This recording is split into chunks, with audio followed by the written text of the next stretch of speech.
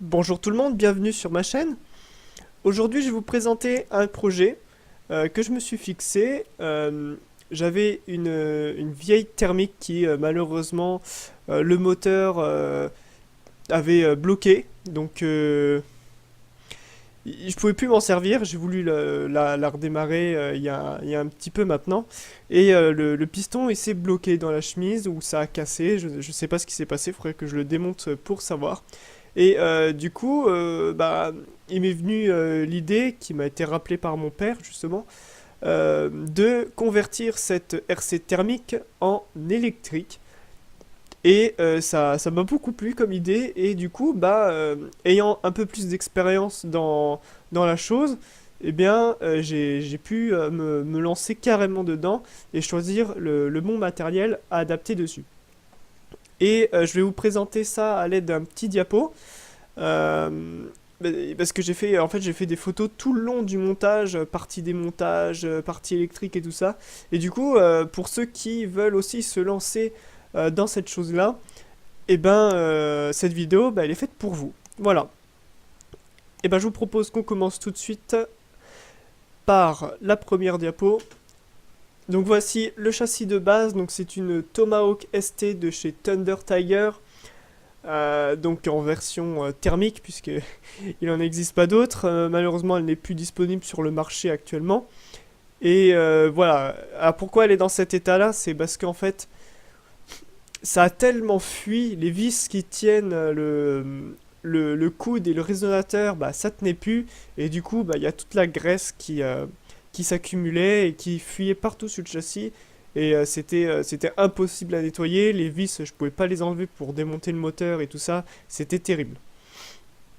Donc voici à quoi ressemble le châssis de base sans modification. Donc dans un premier temps, qu'est-ce que j'ai fait? C'est que j'ai démonté la culasse pour pouvoir accéder aux petites vis que vous voyez ici qui tiennent le moteur au support moteur. Donc c'est pour ça que j'ai démonté la culasse. Ensuite, on peut voir que j'ai démonté l'ensemble résonateur et coude pour pouvoir accéder aux mêmes vis qui sont de l'autre côté du moteur. Donc qui tiennent, je rappelle, le moteur au support moteur qui lui est fixé au châssis.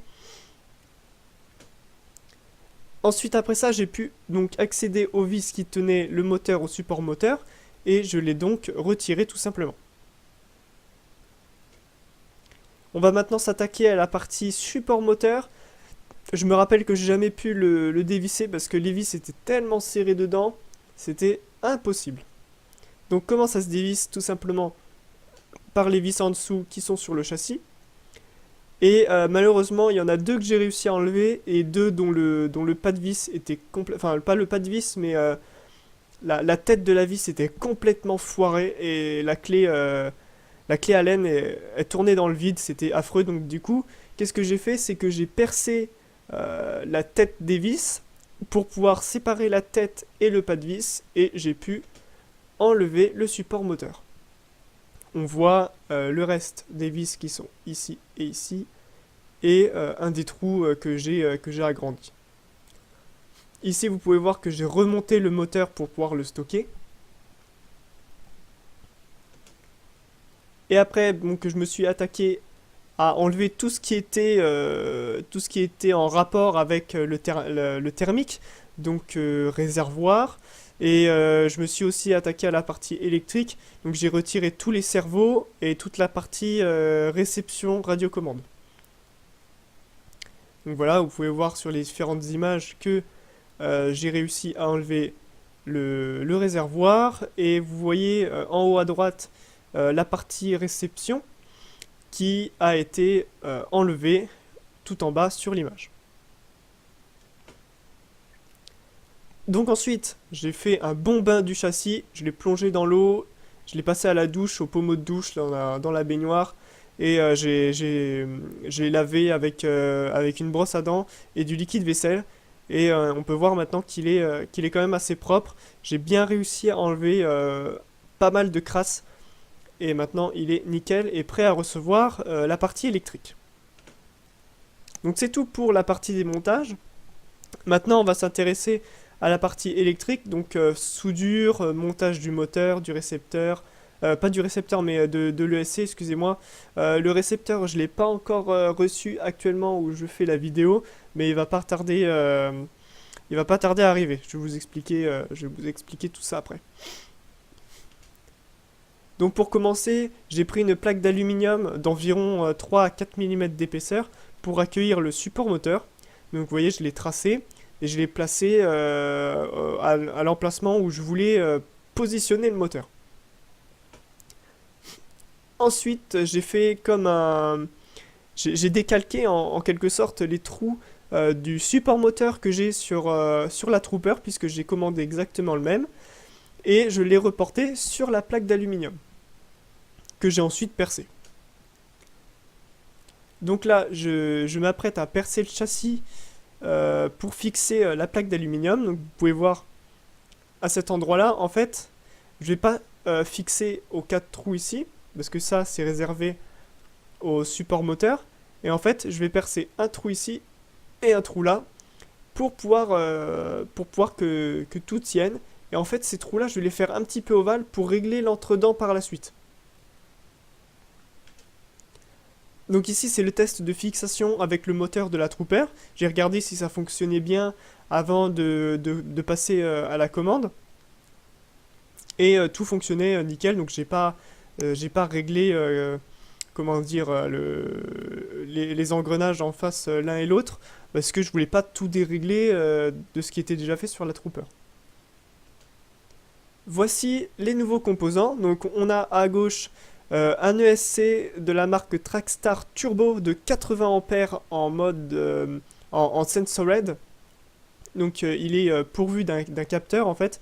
Et le moteur, c'est un moteur Trackstar de 3730 kV, pareil en Sensored, donc en capteur, qui va être relié par un câble à l'ESC. Voici l'ESC Trackstar de 80 A de plus près. Et maintenant, on va s'attaquer à la partie soudure, qui a été assez difficile parce que mon fer à souder n'est pas très performant de ce côté-là.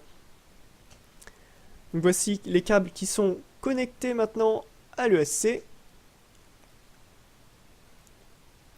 Alors ici, on peut voir que je vais passer à la soudure des câbles du moteur. Donc pour ça, en fait, ici, j'ai acheté des câbles qui étaient composés, excusez-moi, d'un côté mâle et d'un côté femelle, que vous verrez après dans l'autre diapo. Et en fait, je les ai tout simplement coupés et dénudés pour pouvoir connecter la partie mâle sur le moteur et la partie femelle sur le SC pour pouvoir les connecter ensemble sans avoir à faire trop de soudure pour connecter des tout petits connecteurs comme ça. Donc voici le résultat, ce que ça donne à la fin. Alors bien sûr, j'ai protégé le moteur. Comme vous voyez, il est très aéré pour le refroidir, tout simplement. Et j'avais peur qu'il y ait un petit peu d'étain qui rentre dedans et qui fasse court-circuit. Alors j'ai mis du Chatterton ou du scotch d'électricien sur ces parties-là où ça pouvait être projeté. Et j'ai commencé la soudure. Ça m'a aussi permis de protéger un petit peu le moteur, la partie noire ici, de la chauffe. Parce qu'il y a des fois où j'ai posé un peu le fer dessus au niveau de la soudure et ça l'a protégé quand même un petit peu. Ça l'a même bien protégé, je veux dire. Donc vous voyez ici, c'est la partie femelle des câbles que j'ai coupé et que j'ai dénudé et que j'ai ressoudé sur les câbles de base de l'ESC. Ici, je me suis attaqué à la soudure de la prise pour la batterie. Donc, vous voyez que c'est des prises qui se connectent et se déconnectent de la batterie. Donc j'ai pu travailler en toute sécurité sans avoir à faire, sans devoir faire des fois des courts-circuits de la batterie. Enfin voilà, c'est très dangereux de faire ça. Et du coup, ces connecteurs-là m'ont permis de travailler en toute sécurité. Et j'ai mis un connecteur HXT 4 mm pour pouvoir l'adapter avec la batterie de la Trooper que j'ai déjà. Vous pouvez voir ici le nouveau support moteur. j'ai été obligé de faire une entaille à cet endroit-là pour pouvoir accueillir, si vous vous rappelez, la soudure des câbles du moteur se fait par le dessus et pas sur le côté. Donc du coup, eh ben, ça posait problème à ce niveau-là et j'ai dû entailler la pièce d'aluminium du radiateur. Vous pouvez voir actuellement le bazar qu'il y a sur la table, ainsi que le montage du moteur et de l'ESC. Par contre, il m'est arrivé un gros souci.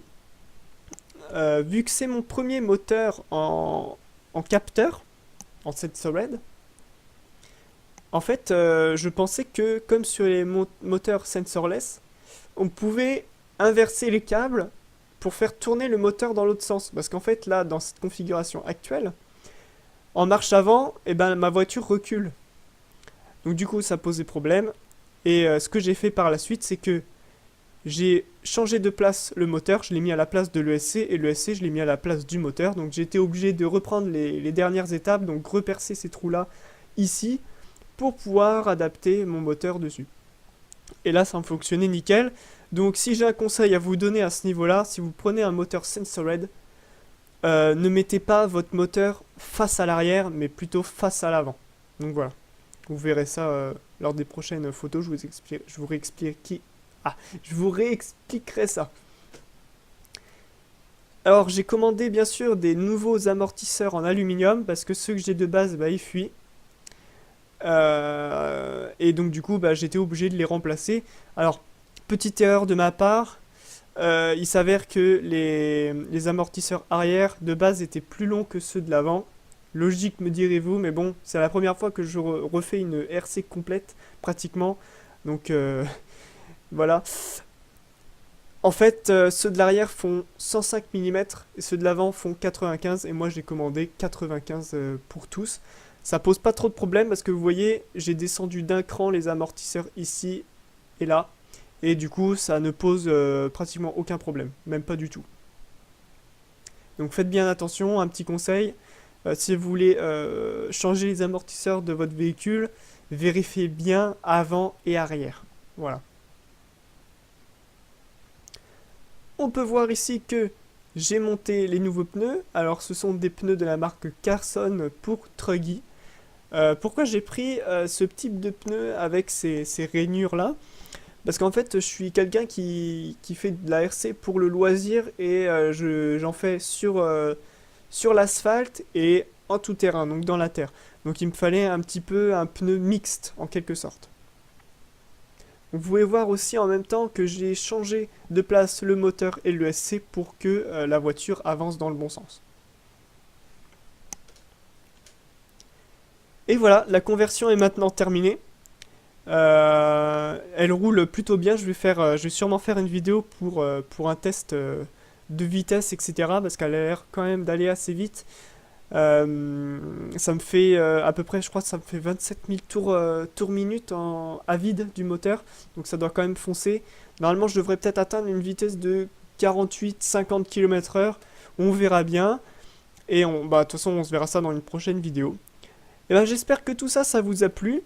Je vais vous laisser maintenant sur quelques vidéos que j'ai tournées sur le premier test de la RC, voir si ça roulait bien et tout ça. Et puis voilà, j'espère que ça vous a plu. N'hésitez pas à mettre un petit j'aime à la vidéo, à mettre des commentaires pour savoir si vous avez des questions ou quoi que ce soit, ça fait toujours plaisir. N'hésitez pas à vous abonner aussi pour suivre toutes mes autres vidéos. Et puis moi je vous dis à une prochaine. Salut! Allez, premier run de la conversion électrique.